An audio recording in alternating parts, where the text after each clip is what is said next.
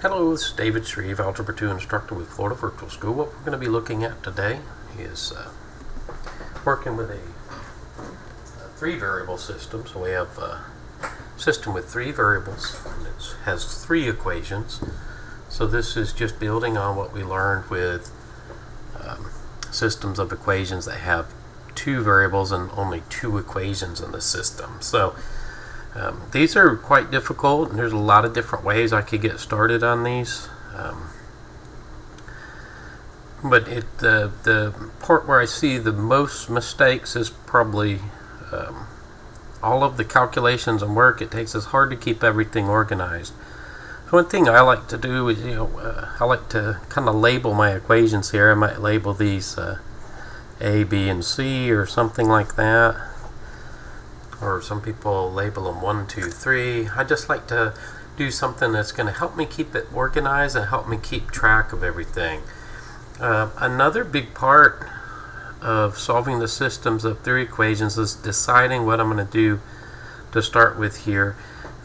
I could use elimination or substitution. What I'm going to be doing today is going to be going through it using elimination. But we have three different variables, so we need to decide if we're going to use elimination. Well, which variable do I eliminate? And I see a couple things here that look pretty easy for me. For the x's, I could just multiply this top equation by -3, and I could eliminate the x's in equation A and B.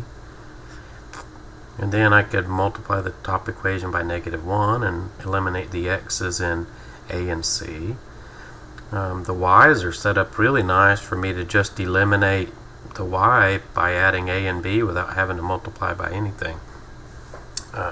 And in equation A and C, I could eliminate the z without doing any calculation. So what I try to think of is how to solve the system using the fewest possible steps in calculations. Every additional step or multiplication that I do is has a potential for me to make an error. So if I can increase my efficiency and complete this with the fewest possible calculations, that's always going to be to my benefit, right? So in this case, I think I'll go ahead and eliminate the z's, because in equation A and C I can eliminate the z just by adding those together, but I need to eliminate the z in equations A and B as well. So let's do that first, and I'm going to kind of make a note just to keep it organized so I know what I'm doing here.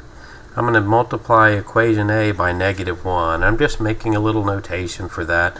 And this isn't anything official or anything like that. It's just the way that I personally show students how to keep things organized.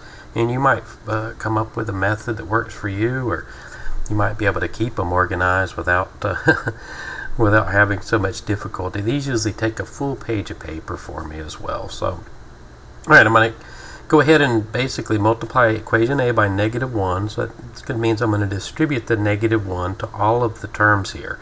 Even the term on the right side of the equal sign. In this case, it's just a 0 over there. So that's going to be pretty easy for me to do. All right. If it were a 1 or a 3 or something like that, I'd have to be sure to multiply that -1 by it. So let's distribute the -1 to equation A here. So it's going to give me -x. And then -1 times a -y here, so it's going to be plus y plus c equals 0. And now I'm just going to write equation B under it, because I've already got the +1 coefficient for the z that I wanted. And this next one has a -1 coefficient, equation B here. That makes it pretty easy for me just to eliminate those z's. So it gives me 3x plus y minus z equals 2. So, and also with so many terms to write down, there's even an opportunity for errors there, just rewriting all of these the same way.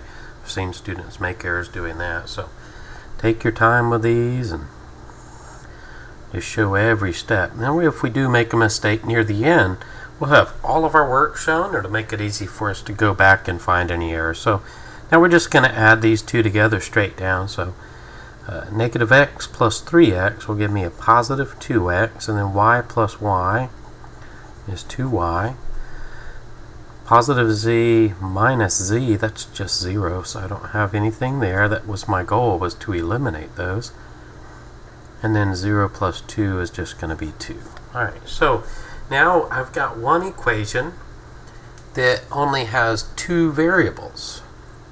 So I'm going to come up with another equation with only 2 variables here, and then we're going to be able to solve that system, and once we get our x and y values there, we can plug them back into any of these equations up here. If you want to check your work, you'll plug it into all of them. So that was with equation A and B. Now I have to eliminate the z with either equation A and C or equation B and C, but I'm going to have to eliminate the z in equation C. All right, it's a lot of steps. All right, well, I'm not going to add A and C because then I have to do more calculations. If I look at equations B and C, I can eliminate the z just by adding these together, and I really don't have to do anything additional there. So equation B, that's 3x plus y minus z equals 2. Equation C, x plus 2y plus z equals 0. So just add straight down. 3x plus x, that gives me 4x. Y plus 2y, that gives me 3y. Negative z plus z is 0, and then this equals 2.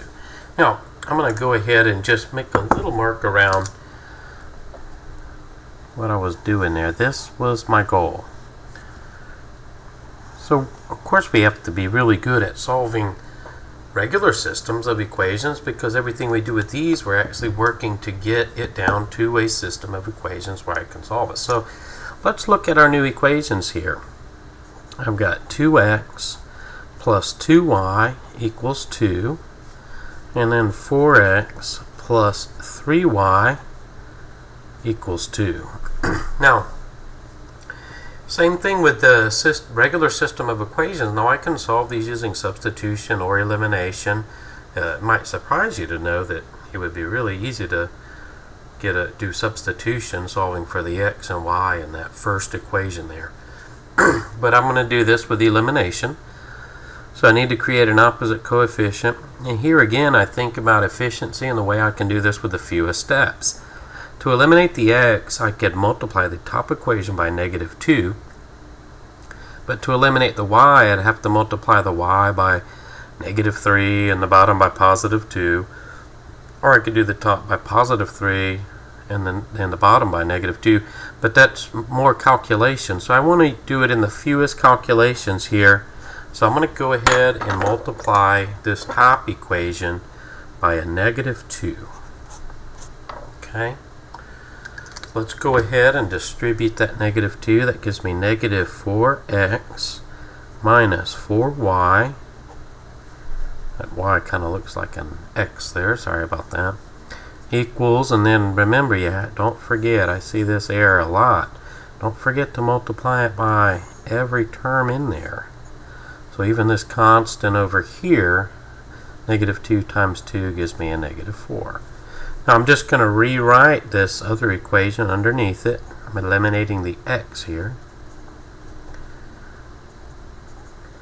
So negative 4x plus 4x is 0. Negative 4y plus 3y is negative 1y. I'm not going to write that negative 1 coefficient, but alright. And negative 4 plus 2 is negative 2. Now y does not equal negative 2, but negative y equals negative 2. So here I'm actually going to end up dividing by that negative coefficient. Or you can multiply both sides by negative 1. I want to get rid of that negative in front of my y. And I see that my y equals positive 2. Alright, so that's one of the variables I found. And notice we still need to find the x and the z. Well, I could plug this y value into any of these equations really and solve for my x. So let's go ahead and we'll plug it into this top equation here. So it's going to be 2x plus 2y, but remember my y value I already found, it's 2. So I'm going to plug that 2 in there. So 2x plus 2 times 2, because I found my y is 2, equals 2. And let's just simplify this. 2 times 2 is 4. Notice I'm showing every possible step here. I'm not trying to get fancy and do a lot of work in my head, because if I end up with an error at the end of all this work, then I certainly want to have my work shown so I can go back and find that error. So x here is going to be -1. Good. So now I've got an x value and a y value. And if I look at this top equation, because now we're ready to solve for the z. If I look at this top equation, notice that I don't really have any coefficients other than 1 and -1. So that one will be pretty easy for me to plug my x and y in and solve for z. Plus it equals 0, so that makes it a little easier as well. Let me move this page up just a bit. Okay, so let's do this x minus y, but x, remember, we determined is -1, minus y is 2. I plug all my values in parentheses just out of habit. That way I don't overlook any signs. If this were minus a -2 or something like that, for example, I would want to change that to plus. So always make sure I plug everything in parentheses to begin with there. So minus z equals 0. So -1 minus 2 is -3 minus z equals 0. We're going to add 3 to each side. Alright, we get -z equals 3, and here again divide each side by -1, and we get z equals 3 divided by -1, so that's going to be a -3.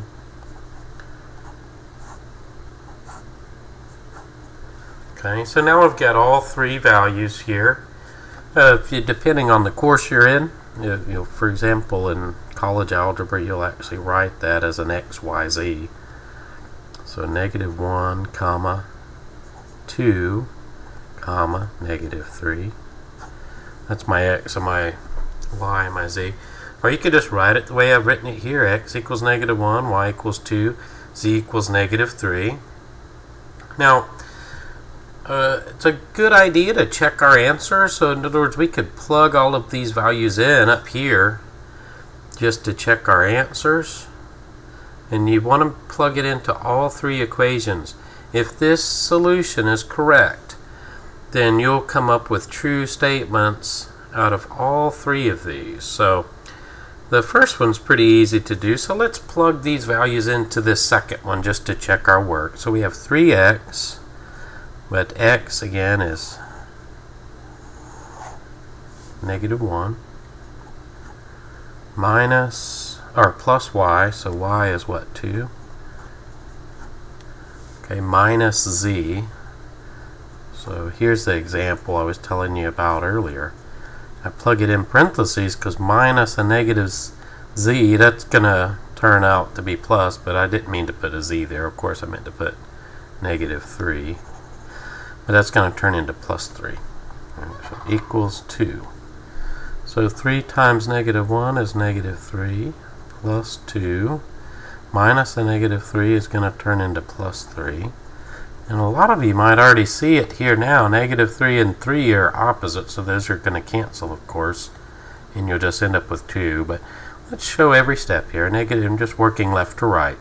-3 plus 2 is -1 plus 3 equals 2, and then -1 plus 3 does equal 2, so 2 equals 2. So this is what I meant by saying if we plug in the x and the y and the z values into all three of these equations, we'll come up with a true statement. Now if we plugged it in to check and it came out with something like 2 equals -7, or it's a statement that was not true, then we know that we do not have the correct solution. We want to go back and check through all of this work, and it's very easy to make mistakes on these, and I do make mistakes on them a lot. And it's sometimes hard because there's so many steps involved. To simplify, it's sometimes hard to go back and find your errors. You have to look really closely at every little calculation that you did, and typically you'll be able to find your error.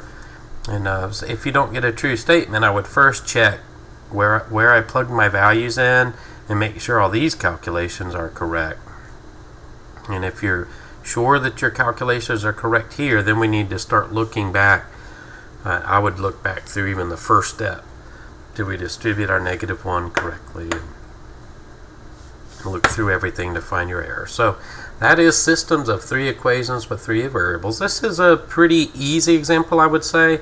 A lot of the questions we'll be working on, you're not going to have zeros. It's a lot easier when we have zeros and we really don't have coefficients on a lot of these variables up here when we started. So these can get much more difficult, and you can get into some really large values sometimes.